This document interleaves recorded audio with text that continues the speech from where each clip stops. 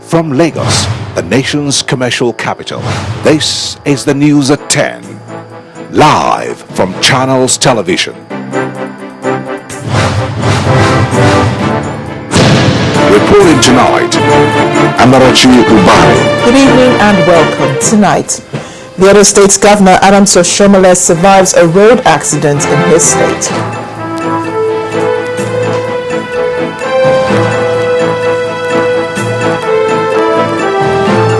The Benue State government investigates a boat accident that has left at least 15 people dead and a communal clash with an equally disturbing death toll. Fears of hoarding of petroleum products in anticipation of a strike by oil workers appears unfounded as petrol stations dispense products. And a fire on an Indian train kills at least 26 people.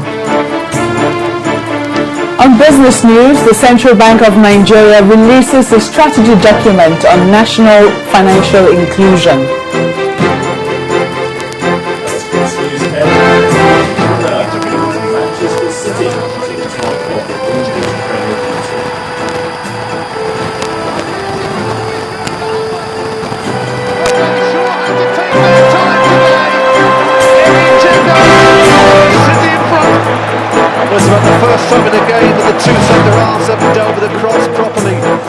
States where the governor and residents in the state are heaving a sigh of relief over his survival of a motor accident which occurred in Ewu village along the ever-busy Benin-Auchi road in the state. The governor's special advisor on media and publicity, Mr. Kasim Afebwa, said in a press statement that the accident happened this morning as the governor was coming back to Benin City from his village. A Peugeot J5 bus carrying tomatoes and plantains coming in the opposite direction rammed into the governor's flag car before swerving and entering a ditch. Mr. February explained that although the governor's car was badly affected, there were no injuries on occupants of both cars. He said the incident has been reported to the divisional police station in Ewo for further investigation. He emphasized that there was no cause for concern. The story is only slightly better in Benue State, where the government says it has set up a body to investigate the cause of the boat accident, which claimed no fewer than 15 corpses in River Buruku on Thursday. A boat carrying about 50 passengers capsized just minutes after starting its journey at a crossing terminal on the riverbank. Tragedy struck at about 8:45 p.m. on Boxing Day when the passengers were returning from a picnic. In an interview with Channels Television, the senior special advisor on media and publicity to the state governor, Dr. Cletus Akwaya, promised full inquiry into the unfortunate incident.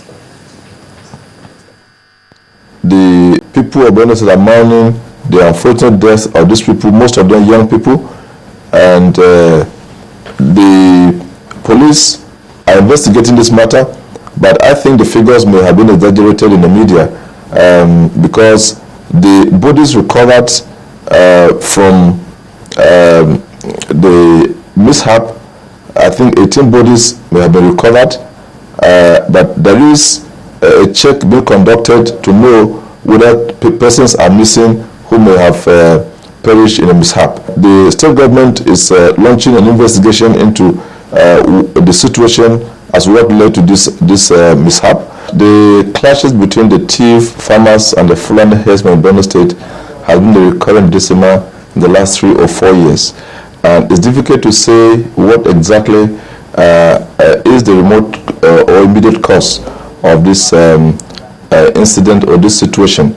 But what we know is that the Fulanis, by their nature, rear cattle, and oftentimes as they go for grazing, the cattle enter farmlands, which oftentimes provoke response or even like reaction from the thief farmers. And this has been identified as a major cause of the unending, what I can say, unending clashes between the herdsmen and the thief farmers. We are inclined to reason that these Fulanis may be offshoot of people fleeing from some of the crisis-torn countries within the West African and indeed the African sub-region. For instance, from countries like Mali or Chad or Sudan or even Libya that have had political crisis, and there have been wide use of small arms in these countries. We want to believe that some of these small arms or some of the fleeing population from these countries may have found their way into Nigeria and may have infiltrated the ranks of these Fulanis. Otherwise, we find it difficult to understand why the Fulanis have enjoyed a very cordial relationship with the Benue brothers will suddenly turn the relationship into a situation of a violent confrontation. The senior special advisor to the Benue State government on media and publicity, speaking on the boat accidents which occurred on Boxing Day, as well as communal clashes between tea farmers and Fulani herdsmen. And as Nigerians await the expiration of the deadline issued by oil workers for the federal government to stop the planned sale of the nation's refineries, petrol stations are going about their businesses without any sense of panic from customers, as reported in the media. As well as the managers of the stations who spoke to Channels Television said they have enough of the commodity. The National Union of Petroleum and Natural Gas Workers and the Petroleum and Natural Gas Senior Staff Association of Nigeria had threatened to commence industrial action starting January 1st, 2014 if the government refuses to rescind its decision on the planned sale of the nation's refineries. Contrary to rumors of panic buying of fuel due to scarcity, activities at petrol stations are going on normal. A visit to stations in Abuja, the Federal Capital Territory, shows availability of fuel, which is said to be enough to last the festive season. Well, for we, I don't know others. For we, I don't think we have any problem because we still have enough product. But I just feel that they should not go on strike. That is the truth about it. For me, I don't have any. We don't see anything panic. That's the truth about it because we had enough. We had enough. Like this our own station. It's just like a research information you offer to us. There was not like information like that either there's going to be fuel scarcity or not here because the stock we have here is enough. We have enough stock here. It's terrible. They always have this strike every end of the year. Every December we hear they are going for strike. To me, it doesn't really make sense because masses are suffering. Because people that travel now, they are coming back. On their way back, they will have a lot of maybe transport hiking and all that. So I don't think it's a good one this time. It was the same scenario in Lagos. No sign of fuel scarcity and panic buying at the petrol stations visited. The station here is normal. There's nothing like a panic in Lagos here. Although about 3 days ago we have rushing due to people are traveling for Christmas, but now things is normal. We are getting supply every day. You can see another truck coming in now. That's another supply. Also in Abeokuta, the Ogun State capital, filling stations monitored were dispersing fuel to customers without any queues at the same rate of 97 naira per litre. The first situation is okay.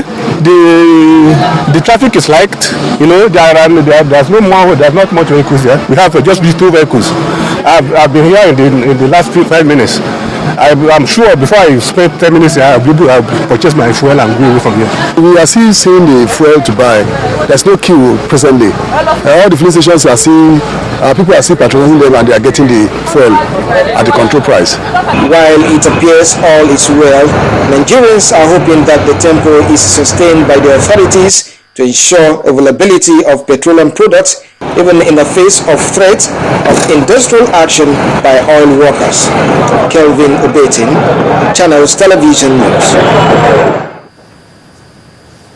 Well, staying with petroleum issues, a former chairman of the Nigerian Bar Association section on business law, Mr. George Etomi, has again appealed to the lawmakers to put national interests first and pass the petroleum industry bill.